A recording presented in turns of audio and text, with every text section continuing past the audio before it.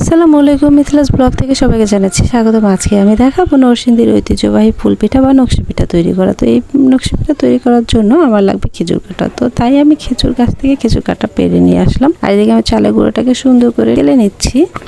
চেলে নেওয়ার পরে আমি এদিকে খেজুর কাটাটাকে ধুয়ে নিলাম। আর একটা ছোট্ট একটা টিনের টুকরা লাগবে আমার। তো টিনের টুকরা যেহেতু আমার ছিল না, তাই আমি কয়েল জ্বালানো যে স্ট্যান্ড আমি সেটাকে নিয়ে নিয়েছি। আর এদিকে আমি চালের গুঁড়োটাকে সুন্দর করে টেলে নিচ্ছি। দেখতে পাচ্ছেন চালের গুঁড়োটা আমার একদম ঝরঝরা হয়ে গেছে। তারপর আমি সেই টালা চালের গুঁড়োটার উপর আমি পরিমাণ মতো লবণ দিয়ে নিলাম।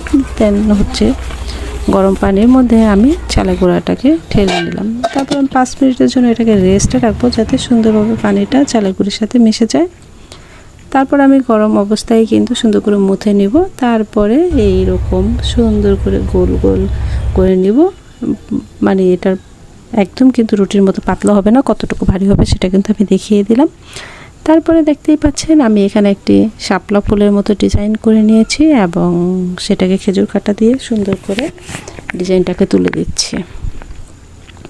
এই পিঠাটা আমি শিখেছি আমার দাদির বোনের থেকে। আমার দাদির বোনের বিয়ে হয়েছে নরসিংদীতে। তো ছোটোবেলায় আমার দাদির বোন যখন আমাদের বাসায় বেড়াতে আসতো, তখন আমার মা কাকিরা সবাই এই পিঠাটা খুব পছন্দ করতো এবং তারা কিন্তু এই পিঠাটা বানাতে পারতো না। তো আমার দাদির বোন আসলে প্রতি বছর এই পিঠাটা সবাইকে তিনি বানিয়ে দিতেন। এবং আমি যেহেতু একটা কাজ মানে কাজের প্রতি আমার খুব আগ্রহ, একটা কাজ দেখলে সেটা শেখার প্রতি খুব আগ্রহ, যার কারণে হচ্ছে আমি সেই আমার দাদির বোন যেহেতু, তো ওনাকেও আমি দাদি বলতাম। তো সেই দাদির থেকে কিন্তু আমি এই নকশি পিঠাটা শিখে নিয়েছিলাম।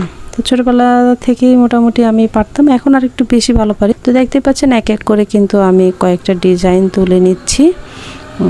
অলরেডি আমার 2টা ডিজাইন হয়ে গেছে। এখন আমি হচ্ছে একটি ফুল ডিজাইন করে নিব।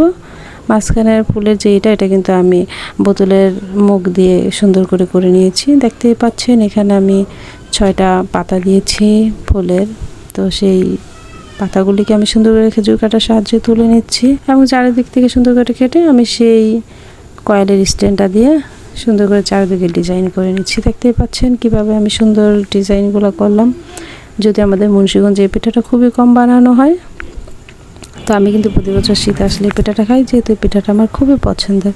তো দেখতে পাচ্ছেন এক এক করে আমি কতগুলো পিঠা তৈরি করে ফেলেছি। এখন আমি পিঠাগুলো তেলে ভেজে নেব। তো এই পিঠাগুলো কিন্তু 2টা ভাজা দিতে হয়। একটা ভাজাতে পিঠাগুলো একদম মচমচে হয় না, যার কারণে পিঠাটা কিন্তু 2টা ভাজা দিতে হয়। তো আজকে আমি একটা ভাজা দিয়ে রেখে দেব এবং আগামীকালকে হচ্ছে আমি পিঠাটাকে আরেকবার ভেজে তারপরে হচ্ছে এটা মিঠাই দিয়ে একটা শিরা